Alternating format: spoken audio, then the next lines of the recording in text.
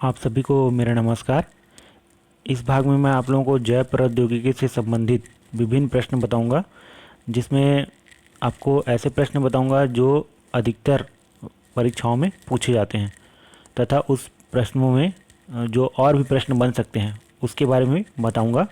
जैव प्रौद्योगिकी का अर्थ होता है ऐसे छोटे जीव या ऐसे सूक्ष्म जीव जिसका उपयोग करके मानव जीवन को अच्छा बनाया जा सकता है और अच्छे से व्यतीत करने के लिए जो विभिन्न प्रकार के पदार्थ हैं, जैसे किण्वन क्रिया और ईस्ट का उपयोग करना, अल्कोहल का निर्माण करना और प्रतिजैविक का निर्माण करना, ऐसे अभिक्रियाओं के हम लोग जैव प्रौद्योगिकी के अंतर्गत अध्ययन करते हैं। जैव प्रौद्योगिकी मुख्यतः सूक्ष्म जीवों से संबंधित होता है जिसका उपयोग करके मानव जीवन को सुखमय बनाया जाता है। तो चलिए चलते हैं। पहला क्वेश्चन, पनीर का निर्माण किस जीवाणु के द्वारा किया जाता है? तो आंसर में दिख रहा है आपको लैक्टोबैसिलस, स्ट्रेप्टोकोकस, ल्यूकोनास्टक और स्ट्रेप्टोकोकस, लैक्टोबैसिलस और ल्यूकोनास्टक। ये तीनों अलग अलग है। स्ट्रेप्टोकोकस अलग जीवाणु है, लैक्टोबैसिलस अलग जीवाणु है और ल्यूकोनास्टक अलग जीवाणु है। तो इसका सही उत्तर हो जाएगा डी ऑप्शन, स्ट्रेप्टोकोकस, लैक्टोबैसिलस और ल्यूकोनास्टक। ये तीनों ही जीवाणु का उपयोग पनीर के निर्माण में किया जाता है। अगला प्रश्न देखते हैं, सिट्रिक अम्ल किसके द्वारा बनाया जाता है? तो ऑप्शन आपको दिख रहा है, ए ऑप्शन दिख रहा है एस्परजिलस नाइगर, स्ट्रेप्टोकोकस लैक्टस, एसिटोबैक्टर और कैंडिडा यूटिलिस। जिसमें से कैंडिडा यूटिलिस को तो आप छोड़ दीजिए। अब बचा देखिए एसिटोबैक्टर। एसिड दिख रहा है तो इसका मतलब एसिटोबैक्टर हो सकता है, ऐसा आप सोचेंगे, है ना। या फिर स्ट्रेप्टोकोकस लैक्टस, इसमें लैक्टस शब्द जुड़ा हुआ है तो आप ये सोच सकते हो कि ये लैक्टस भी हो सकता है करके, है ना। और उसके बाद दिख रहा है आपको एस्परजिलस नाइगर।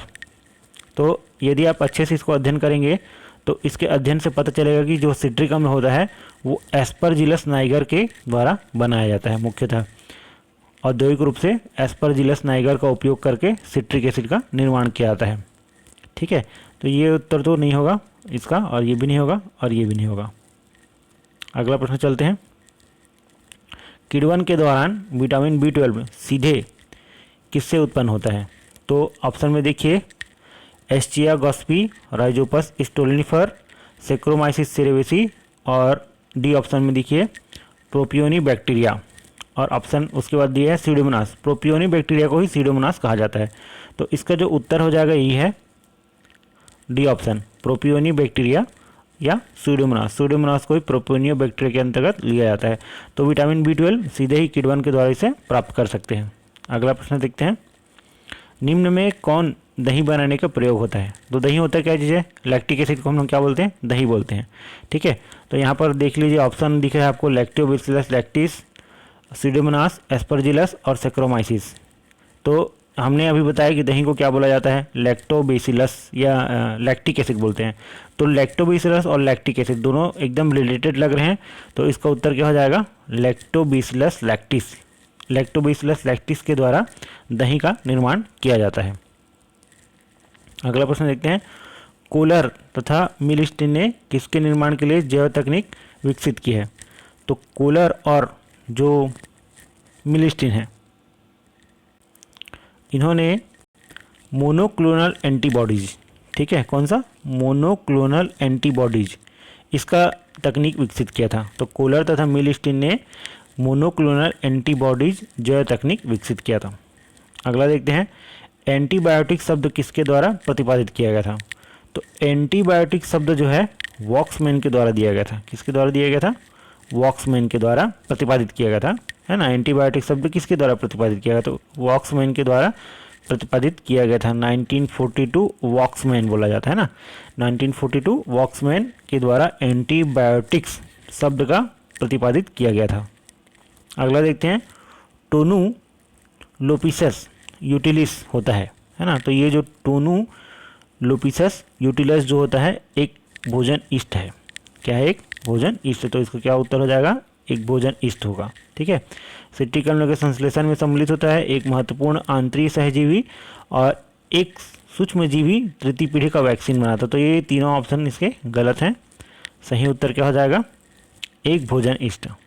ठीक है, अगला प्रश्न देखते हैं, अंकुरणशील जौ के बीजों को किसके निर्माण में किया जाता है?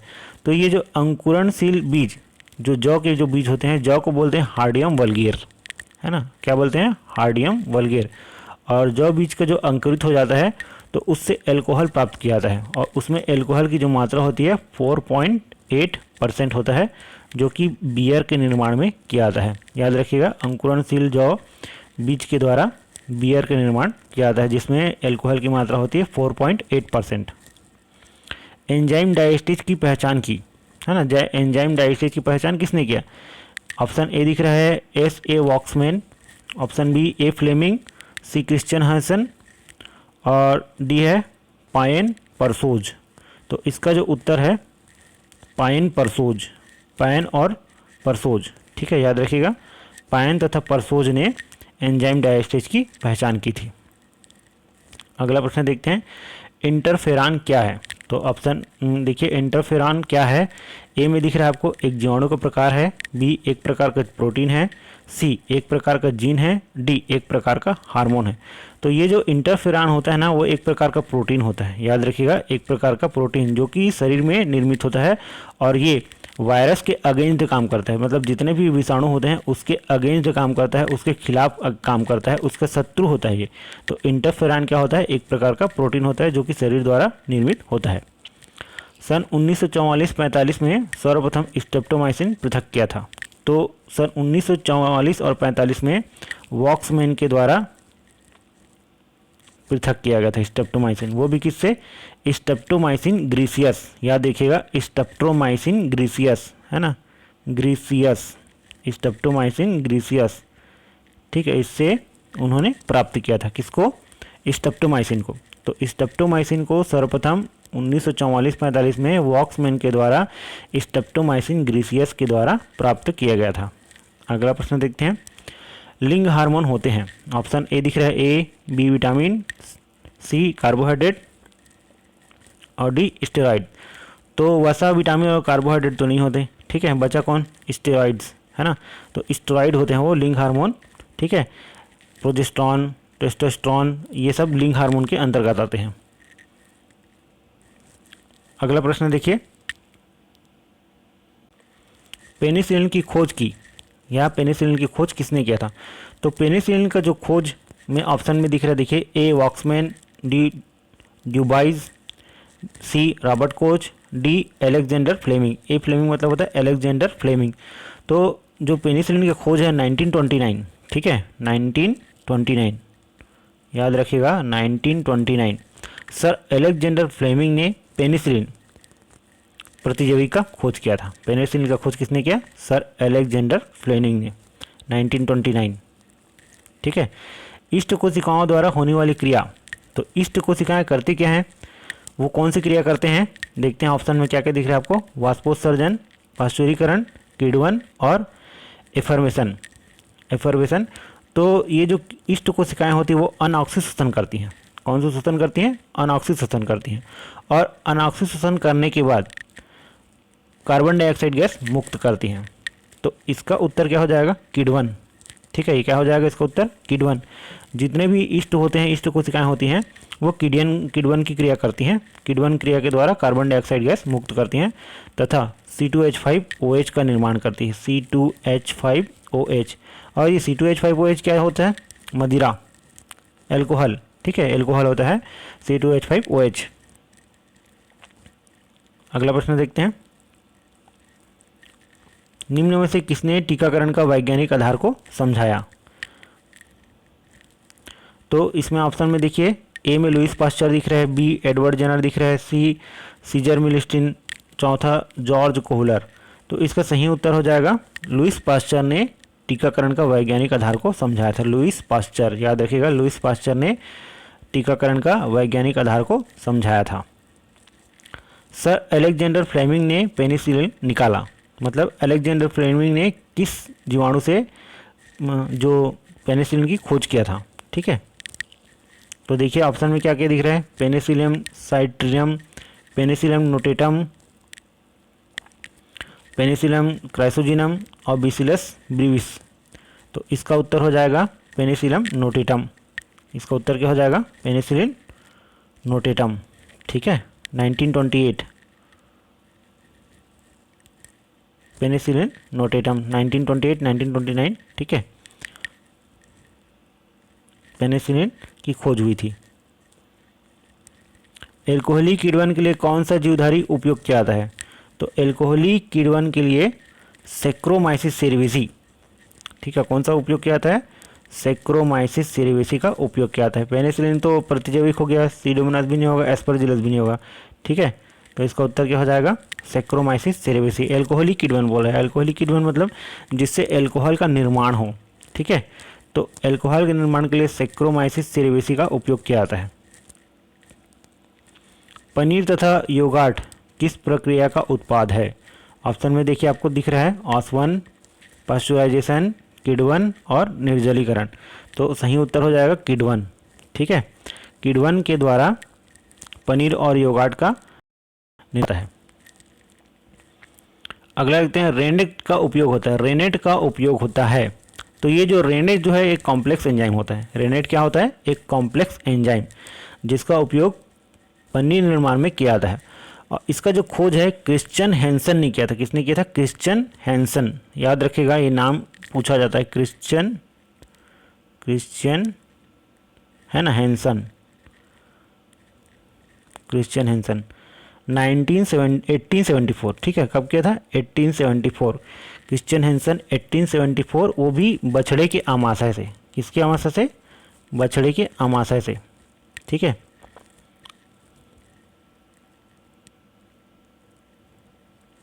ये जो रेनेट है वो बछड़े के आमाशय से क्रिश्चियन हैंसन ने 1874, ठीक है, 1874 में प्राप्त किया था।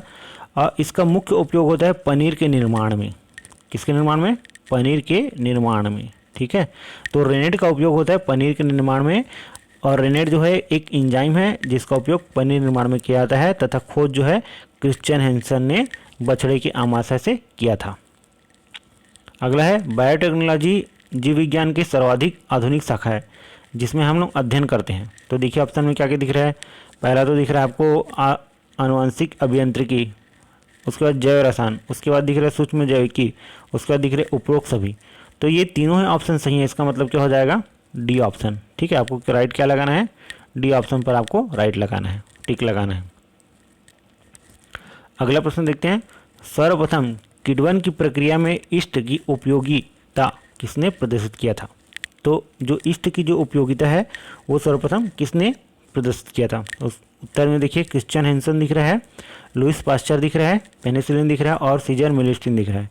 तो इसका जो उत्तर है लुईस पास्चर होगा, ठीक है। कौन होगा? Lewis pasture.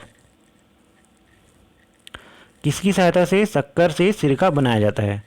तो शक्कर से सिरका बनाने के लिए हम लोग देखते हैं ऑप्शन में क्या क्या दिख रहा है। लैक्टोबैसिलस दिख रहा है, एसिटोबैक्टर दिख रहा है, नाइट्रोसोमोनास दिख रहा है और साल्मोनेला दिख रहा है। तो ये डी ऑप्शन तो गलत है, साल्मोनेला नहीं हो, साल्मोनेला टाइफी तो बीमार उत्पन्न करता है, ये नहीं है, ठीक है। नाइट्रोसोमोनास भी नहीं होगा। और उसके बाद देखिए लैक्टोबैसिलस तो दूध से दही का निर्माण के लिए उपयोग होता है, तो ये भी नहीं है। और उसके बाद देखते हैं एसिटोबैक्टर का उपयोग होता है शक्कर से सिरका निर्माण में, ओके। अगला प्रश्न देखिए, ई कोलाई से किस प्रोटीन का सफलतापूर्वक उत्पादन किया जा सकता है? तो ई कोलाई से इंटरफेरान, ठीक है, क्या हो जाएगा? इंटरफेरान। ई कोलाई से इंटरफेरान का उपयोग करता है। ये इंटरफेरान क्या होता है? एक प्रोटीन होता है ना। और ये जेंथोटॉक्सिन तो नहीं होगा, सोमेटोस्टेटिन भी नहीं होगा, रेनिन एक एंजाइम होता है, रेनिन एंजाइम होता है, ठीक है, ये भी नहीं है। निम्न में से कौन सा एक प्रतिजैविक है ना? प्रतिजैविक कौन सा पूछ रहा है? तो इसमें देखिए शाकनाशी, ये तो नहीं होता, ठीक है, पीड़कनाशी भी नहीं होगा, मैक्रोबिसाइड्स भी नहीं होगा। अब बचा कौन? जीवाणुनाशी, जो जीवाणुओं को नष्ट कर देता है उसको प्रतिजैविक बोलते हैं। तो ये जीवाणुओं को नष्ट करने वाले को क्या बोलते हैं हम लोग? प्रतिजैविक बोलते हैं। हेपेटाइटिस बी वैक्सीन है, तो ये जो हेपेटाइटिस बी जो होती है, देखते हैं क्या ऑप्शन क्या है। ऑप्शन में ए में दिख रहा है आपको प्रथम पीढ़ी एक वैक्सीन दिख रहा है, उसके बाद दिख रहा है आपको इंटरफेरान दिख रहा है, द्वितीय पीढ़ी का वैक्सीन दिख रहा है और तृतीय पीढ़ी का वैक्सीन दिख रहा है। तो इसका सही उत्तर क्या हो जाएगा? द्वितीय पीढ़ी का वैक्सीन। जो हेपेटाइटिस बी होता है वो द्वितीय पीढ़ी का वैक्सीन होता है। वॉक्समैन किस खोज के लिए नोबेल पुरस्कार दिया गया था? वॉक्समैन को किस खोज के लिए नोबेल पुरस्कार दिया गया था? तो देखते हैं पहला क्या है, क्लोरोमाइसिन के लिए, दूसरा नियोमाइसिन के लिए, तीसरा स्ट्रेप्टोमाइसिन के लिए और चौथा है पेनिसिलिन के लिए। तो वॉक्समैन को स्ट्रेप्टोमाइसिन की खोज के लिए नोबेल पुरस्कार दिया गया था, है ना। कौन से के लिए? स्ट्रेप्टोमाइसिन। स्ट्रेप्टोमाइसिन, साथ में क्या खोज किया था उन्होंने? एक्टिनोमाइसिन का भी खोज किया था ना, एक्टिनोमाइसिन, है ना, दोनों का खोज किया था। स्ट्रेप्टोमाइसिन तथा स्ट्रेप्टोमाइसिन और एक्टिनोमाइसिन वॉक्समैन के द्वारा खोज किया गया था 1942, ठीक है, 1942 वॉक्समैन के द्वारा स्ट्रेप्टोमाइसिन और एक्टिनोमाइसिन का खोज किया गया था। अगला प्रश्न देखते हैं, एल्कोहल का किण्वन किसकी उपस्थिति में होता है? पहला दिख रहा है एमाइलेज, दूसरा जाइमेज, तीसरा माल्टेज, चौथा इन्वर्टेज। तो एल्कोहल का जो किण्वन प्रक्रिया होता है उसमें मुख्यतः जाइमेज, है ना, याद रखिएगा, जाइमेज का उपयोग किया जाता है। चेचक के लिए टीके का विकास किया था, तो चेचक के लिए जो टीके का जो विकास किया था उसमें देखते हैं क्या क्या दिख रहा है ऑप्शन में। सेसर मिलिस्टिन ने, लुइस पास्चर ने, एडवर्ड जेनर ने और सेलमैन वॉक्समैन ने। तो एडवर्ड जेनर जो है उसका सही उत्तर है ना, एडवर्ड जेनर है चेचक टीके का आविष्कार किया था, विकसित किया था, ठीक है। इथाइल एल्कोहल व्यावसायिक रूप से किससे निर्मित किया था? इथाइल एल्कोहल मतलब C2H5OH, अभी हमने बताया था C2H5OH, जिसको क्या बोलते हैं? मदिरा बोला जाता है, जिसको एथेनॉल भी बोला जाता है। और ये द्वितीय सदस्य है, एल्कोहल समूह का कौन सा सदस्य है? द्वितीय। पहला मेथनॉल आता है, उसके बाद एथेनॉल आता है, ठीक है। तो एथेनॉल का व्यावसायिक उपयोग के लिए जो निर्मित किया जाता है वो किससे निर्मित किया जाता है? तो उसका उत्तर हो जाता है ऑप्शन डी, गन्ना, ठीक है। किससे निर्मित किया जाता है? ऑप्शन डी जो है गन्ना। और गेहूँ तो नहीं है, चावल भी नहीं है और मक्का भी नहीं है, ठीक है। इथाइल एल्कोहल का जो व्यावसायिक उपयोग के लिए गन्ने से निर्मित किया जाता है। निम्नलिखित किस एक का प्रयोग पाव, रोटी या ब्रेड के उपयोग निर्माण करने में उपयोग किया जाता है? तो इसका उत्तर हो जाएगा, देखते हैं ऑप्शन क्या क्या है। राइजोपस स्टोलिनिफर, जाइगोसेक्रोमाइसिस ऑक्टोस्पोरस और सेक्रोमाइसिस सेरेविसी और पेनिसिलिन। पेनिसिलिन तो होगा ही नहीं, ठीक है, और ये भी नहीं है, ये भी नहीं है, तो बचा कौन? Saccharomyces cerevisiae. तो सेक्रोमाइसिस जो सेरेविसी है उसका उपयोग क्या करते हैं? पाव, रोटी या ब्रेड निर्माण। ईस्ट एक प्रमुख स्रोत है ना। तो ईस्ट देखते हैं कौन कौन सा इसमें दिख रहा है। ऑप्शन में दिख रहा है विटामिन सी दिख रहा है, राइबोफ्लोविन मतलब विटामिन बी दिख रहा है ना, विटामिन डी दिख रहा है, विटामिन ए दिख रहा है।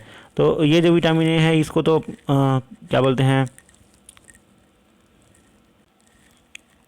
विटामिन ए को गाजर तथा पपीता और मछली का तेल, ठीक है, इसके प्राप्त किया जा सकता है। तो ये उत्तर नहीं है। विटामिन डी सूर्य प्रकाश से होता है, विटामिन सी खट्टे फल से होता है।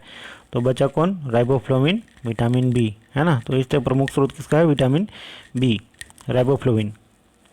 कैंसर ट्यूमर से प्राप्त कोशिकाएं कहलाती है। तो जो कैंसर कोशिकाओं से, कैंसर जो कोशिकाएं होती हैं, इसमें दिख रहा ऑप्शन दिख रहे हैं हाइब्रिडोमास, माइलोमास, लिम्फोसाइट्स, इरिथ्रोसाइट। तो इसमें ऑप्शन में देखिए इरिथ्रोसाइट ब्लड, ये तो नहीं होगा, लिम्फोसाइट भी नहीं होगा। अब बचा कौन? हाइब्रिडोमास, ये भी नहीं होता, तो ये हो जाएगा माइलोमास, ठीक है, याद रखना है आपको, माइलोमास। उसका देखते हैं अधिकांशतः प्रयोग में होने वाले जैव हथियार किसके बने होते हैं? तो जितने भी जैव हथियार है उसमें ऑप्शन दिख रहा है, देखिए Bacillus subtilis, Bacillus anthracis, Pseudomonas putida, Saccharomyces cerevisiae. Saccharomyces cerevisiae का तो उपयोग हम लोग अभी देख चुके हैं क्या उपयोग किया जाता है, तो ये तो नहीं है। स्यूडोमोनास पुटिडा भी नहीं होता, बेसिलस सब्टिलिस भी नहीं होता, ठीक है। अभी मुख्यतः इसका बचा कौन? Bacillus anthracis. तो बेसिलस एंथ्रेसिस का उपयोग जैव हथियार के रूप में किया जाता है। निम्न में से कौन सा प्रतिजैविक नहीं है? प्रतिजैविक नहीं है बोल रहा है ना। तो ऑप्शन में देखिए, पहला दिख रहा है लैक्टिक एसिड, दूसरा दिख रहा है टेरामाइसिन, तीसरा में दिख रहा है टेट्रासाइक्लिन और चौथा में दिख रहा है क्लोरोमफेनिकॉल। इसमें देखेंगे जो तीनों ऑप्शन हैं तीनों के तीनों प्रतिजैविक हैं। और ये लैक्टिक एसिड मतलब दही, है ना, दही को हम लोग क्या बोलते हैं? लैक्टिक एसिड बोला जाता है और इसका निर्माण लैक्टोबैसिलस के द्वारा किया जाता है, तो ये प्रतिजैविक नहीं है। कोशिका द्वारा उत्पन्न विषाणु विरोधी पदार्थ कौन सा होता है? तो अभी हम लोग इससे पहले एक सवाल में देखे थे कि कोशिकाओं द्वारा विषाणु विरोधी उत्पन्न एक प्रोटीन होता है जिसको हम लोग क्या बोलते हैं? इंटरफेरान, है ना, इंटरफेरांस बोला जाता है कि नहीं? इंटरफेरांस, याद रखिएगा, इंटरफेरांस, ठीक है। बाकी ऑप्शन जो टेरामाइसिन, सिप्रेसर प्रोटीन और क्लोरोमफेनिकॉल ये तो प्रतिजैविक हैं, लेकिन हमारा प्रश्न क्या पूछ रहा है? कोशिकाओं के द्वारा उत्पन्न विषाणु विरोधी पदार्थ में इंटरफेरेंस हो जाएगा, ठीक है। बाकी ये नहीं है, प्रतिजैविक है वो। अगला देखते हैं इर्गॉट, जो औषधि का मुख्य स्रोत है, किससे प्राप्त करते हैं, है ना। तो इर्गॉट जो होता है एग्रीकस से प्राप्त नहीं किया जाता, और न ही कामिफोरा से, और न ही इफेड्रा से। तो बचा कौन, क्लिविसेप्स, इसी से प्राप्त किया जाता है। अगला देखते हैं पनीर बनाने में सोडियम क्लोराइड डाला जाता है। सोडियम क्लोराइड NaCl, है ना। सोडियम क्लोराइड मतलब क्या होता है, NaCl। नमक को बोलते हैं सोडियम क्लोराइड। तो नमक का उपयोग पनीर बनाने में क्या आता है, किस लिए बना, तो स्वाद देता है। स्वाद दिए तो गलत हो जाएगा, मीठा बनाएगा नहीं, वो नमकीन कर देगा, ठीक है। और नमी को नियंत्रित करने में भी नहीं होता, तो कौन सा हो जाएगा, पनीर को कठोर बनाता है, कड़ा बना देता है, हार्ड बना देता है, ठीक है। LSD का पहले पूरा मतलब समझिए क्या होता है। LSD क्या होता है, LSD का पूरा मतलब क्या होता है ना। तो LSD क्या होता है, लाइसर्जिक एसिड डाइमेथिलामाइड, ठीक है। इसका मतलब होता है लाइसर्जिक एसिड डाइमेथिलामाइड, है ना। तो इसमें देखिए किससे प्राप्त करते पूछा जा रहा है, तो ऑप्शन में दिख रहा है म्यूकर, क्लिविसेप्स और एस्परजिल एग्रिकस, है ना। तो इसमें ये उत्तर तो नहीं है, एस्परजिल भी नहीं होता और एग्रिकस भी नहीं होता, बचा कौन, क्लिविसेप्स, है ना। तो क्लिविसेप्स के द्वारा LSD प्राप्त किया जाता है ना। लाल बहादुर शास्त्री जैव प्रौद्योगिकी केंद्र कहाँ पर है, ये याद करने वाला प्रश्न है। लाल बहादुर शास्त्री जैव प्रौद्योगिकी केंद्र दिल्ली में स्थित है, ठीक है, याद रखिएगा, दिल्ली में। उसके बाद है मक्खन या बटर किससे बनता है, तो सिट्रिक अम्ल, तो उसका ऑप्शन दिया हुआ है, ये गलत है, ठीक है। पेंटोनिक भी गलत है, हेक्सेनोइक भी गलत है, तो ये बचा कौन, ब्यूट्रिक अम्ल। तो ये ब्यूट्रिक अम्ल जो होता है मक्खन प्राप्त करने के लिए किया जाता है, ठीक है। अगला प्रश्न है शरीर में पाए जाने वाले एंटीबॉडीज होते हैं, ऑप्शन में दिख रहा है आपको प्रोस्टाग्लैंडिन्स, ग्लाइकोप्रोटीन्स, लाइपोप्रोटीन्स और स्टेरॉइड्स, ठीक है। तो इसका जो उत्तर है वो हो जाएगा ग्लाइकोप्रोटीन्स, है ना। क्या हो जाएगा, ग्लाइकोप्रोटीन्स। शरीर में पाए जाने वाले जो एंटीबॉडीज होते हैं वो ग्लाइकोप्रोटीन्स होते हैं। तो ये हमारा वीडियो यहीं पे समाप्त होता है। यदि वीडियो आप लोगों को अच्छा लगा तो प्लीज़ लाइक कीजिए, और चैनल सब्सक्राइब नहीं किया तो प्लीज़ सब्सक्राइब कीजिए। Thank you. वीडियो देखने के लिए आप लोगों का धन्यवाद।